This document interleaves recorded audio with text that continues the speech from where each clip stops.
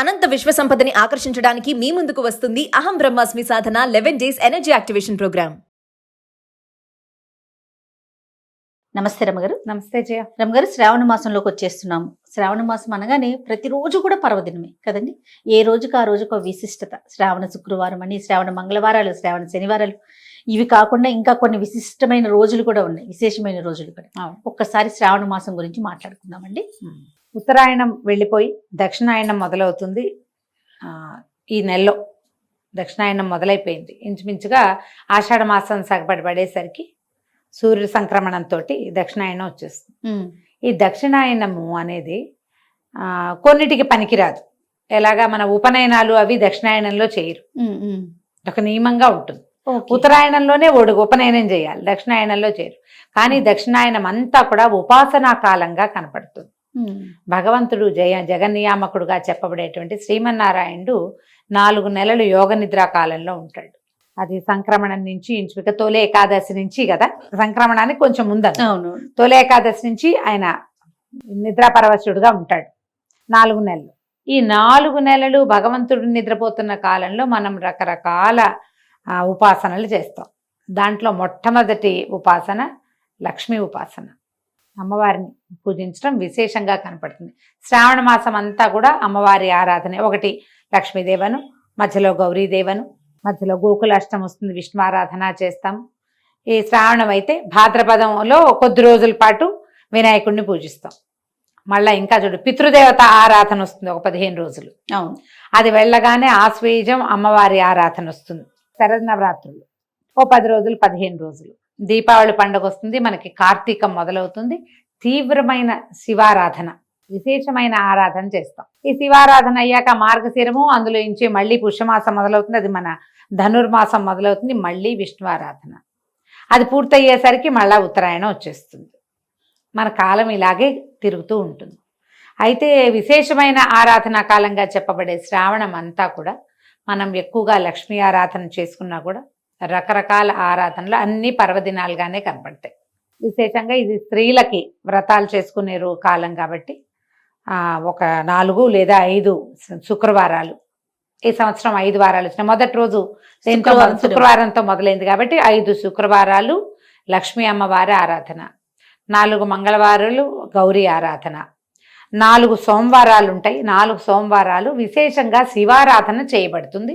మన ప్రాంతంలో కంటే కూడా నార్త్ ఇండియాలో ఎక్కువ చేస్తారు. ఎందుకంటే వాళ్ళ శ్రావణ మాసం ఆషాఢ పౌర్ణమి తర్వాత మొదలైపోతుంది. మామూలుగా మనకి ఎట్లా ఉంటుంది, అమావాస్య వెళ్ళగానే మన నెల మొదలవుతుంది. అవును. కానీ నార్త్ ఇండియాలోనే కాదు, తమిళనాట కూడా అదే పద్ధతి, వాళ్ళది కూడా అంతే. పౌర్ణమి వెళ్ళగానే నెల మొదలైపోతుంది. అవును. ఇప్పుడు ఇది ఆషాఢ పౌర్ణమి వెళ్ళాక 15 రోజులైతే కానీ మన శ్రావణం మొదలవ్వదు. వీళ్ళకి మాత్రం, వాళ్ళ నార్త్ ఇండియాలో మాత్రం ఈ ఆషాఢ పౌర్ణమి వెళ్ళగానే తెల్లవారేసరికల్లా వాళ్ళ శ్రావణ మాసం మొదలవుతుంది. అయితే శ్రావణంలో మనం చేసే ఆరాధనేమో విశేషంగా లక్ష్మి, కానీ నార్త్ ఇండియా అంతా కూడా శివారాధన విశేషంగా చేస్తారు. ఈ కాశీ లాంటి పుణ్యక్షేత్రాలు చాలా హడావిడిగా ఉంటాయి, ఎక్కడెక్కడి వాళ్ళు కాశీ చేరుతారు. శివారాధన సావన్లోనే, శ్రావణ మాసంలోనే విశేషంగా చేయబడుతుంది. మన శివారాధన ఎప్పుడు విశేషంగా కార్తీకంలో చేస్తాం. వాళ్ళు అప్పుడు వాళ్ళ హడావిడి ఉంటుంది, ఇప్పుడే ఉంటుంది. కానీ మనం కూడా ఏం చేయొచ్చు, శ్రావణంలో ఉన్నటువంటి 4 సోమవారాలని మనం విశేష శివారాధనకి కేటాయించుకోవచ్చు. కార్తీకంలో ఎలాగో సోమవారాలు చేసుకుంటాం, ఇప్పుడు కూడా మనం చేసుకోవచ్చు.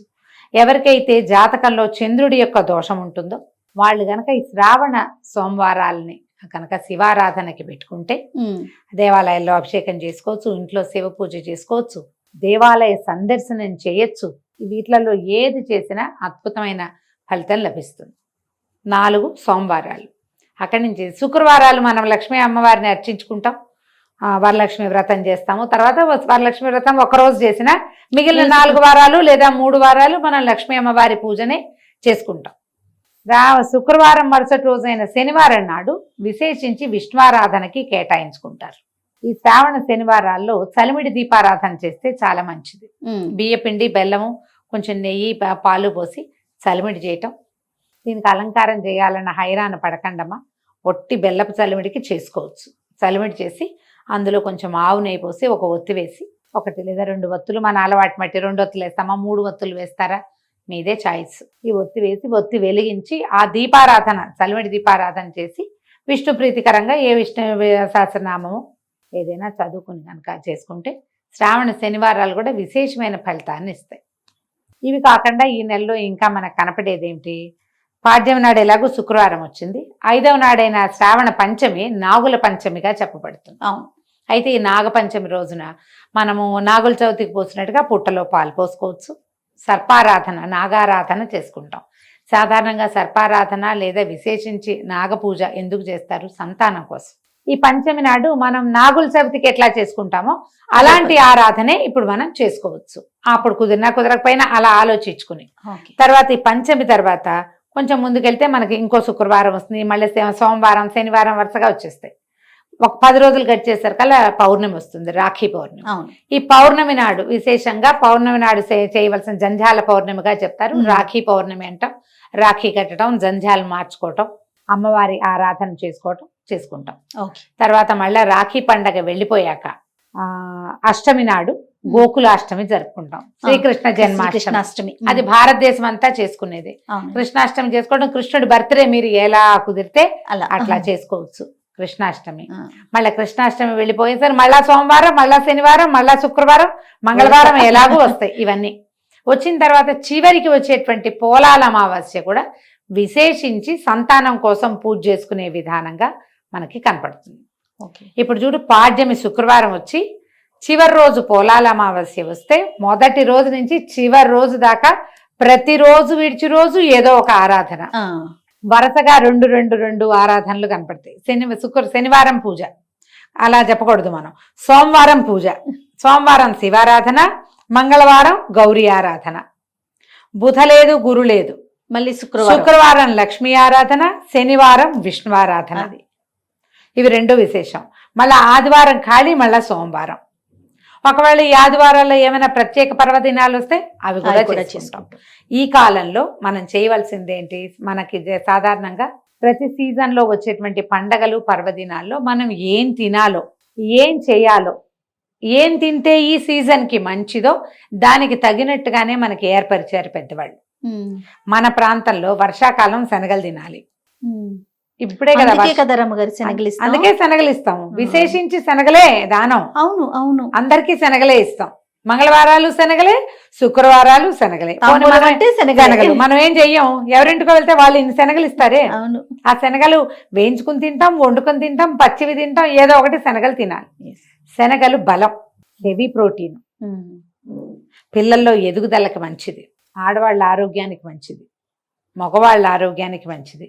అందరూ తినవలసింది. అందుకని తప్పకుండా ఈ నెలల్లో, ఇప్పుడు శ్రావణ మంగళవారం నోవులు అనుకో 4-5 ఏళ్ళు పట్టి మానేస్తారు. అవునవును. కానీ వరలక్ష్మి వ్రతం శ్రావణ శుక్రవారాలు అందరూ చేసుకుంటారు. అంతే కదా, ఎవరు మానరు, అందరూ చేయాల్సిందే. అది ఇది ఆనుగా రావాలనే లేదు, ఆ నియమం లేదు. కాబట్టి ఎవరో ప్రతి వాళ్ళు చేసుకోవచ్చు. శనగలు నానబోసుకోవటం, ఇచ్చుకోవటం ఎవరో ఒకరు. అందరికీ వాయినాలు ఇచ్చి మనం తినకుండా తాంబూలం కదా వాయనం అంటాం, తాంబూలం అనొచ్చు. శ్రావణ మంగళవారం వాయనాలు అంటారు వాటిని. వాయనము అనొచ్చు, తాంబూలము అనొచ్చు. ఇవ్వండి, పుచ్చుకోండి. శనగలు ధారాళంగా ఇవ్వటము, పుచ్చుకోవటము 2 మంచివే. పుచ్చుకోవటం అంటే ఊరికే తెచ్చుకోవటం కాదు, ఆ రోజు శుభ్రంగా వండుకు తినేయటం కూడా మరీ మంచిది. ఇది చేసుకోవటం మన ఓపిక, మనకి చేత వచ్చినట్టు ఎట్లా కుదిరితే అట్లా చేసుకుంటాం. అయితే ఈ రకంగా మొత్తం నెలంతా కూడా ఏదో ఒక రకమైన పూజా పునస్కారంగా ఉంటుంది. కాబట్టి విశేషించి ఇవి స్త్రీల వ్రతాలు, ఆడవాళ్ళు ఎక్కువ ఇన్వాల్వ్ అయ్యి చేసుకునేవి. ఇప్పుడు మగవాళ్ళ ఇన్వాల్వ్మెంట్ ఎక్కడ ఉంటుంది ఇందులో? సహాయ సహకారం అందించటం, కావలసినవి కొనిపెట్టడం, ఎక్కడికైనా వెళ్ళాలంటే తీసుకెళ్ళటం, వాళ్ళ నెత్తి మీద అక్షింతలు వేయటం, వేరే రకపు అక్షింతలు వేయకుండా కేవలం పసుపు అక్షతలు మాత్రమే వేసి బాగా చక్కగా చూసుకుంటే ఈ సువాసిని వ్రతాలు ఆడవాళ్ళు చేసేది ఎందుకమ్మా? సాధారణంగా భర్తల ఆరోగ్యం, కుటుంబ సౌఖ్యం, సంతాన సౌభాగ్యాల కోసమే చేస్తారు. మరి వాటి కోసం వీళ్ళు ఇంత కష్టపడి వ్రతాలు చేస్తుంటే 4 కొని పెట్టాలి, 4 చోట్లకి తీసుకెళ్ళాలి, వాళ్ళని కేకలేయకూడదు, తిట్టకూడదు, మీరు పోట్లాడుకోకూడదు.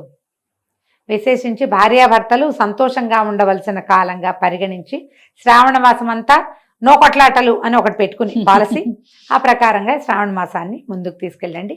ఆధ్యాత్మికత నిండి ఉన్న మాసం ఇది. అది మొత్తం అప్ టు బాటం. ఎట్లా కార్తీక విశేషంగా చెప్తాం, ఇది కూడా అలాంటి మాసమే కాబట్టి ఎవరికి ఎంత కుదిరితే అది, ఏది ఆనుచానంగా మీ ఇళ్లల్లో వస్తుందో అది, ఒకవేళ మీకే మనసుండి చేసుకోదలిస్తే అది కూడా చేసుకుని శ్రావణ మాసాన్ని సుసంపన్నం చేసుకుందాం. సంతోషం. నమస్తే. నమస్తే.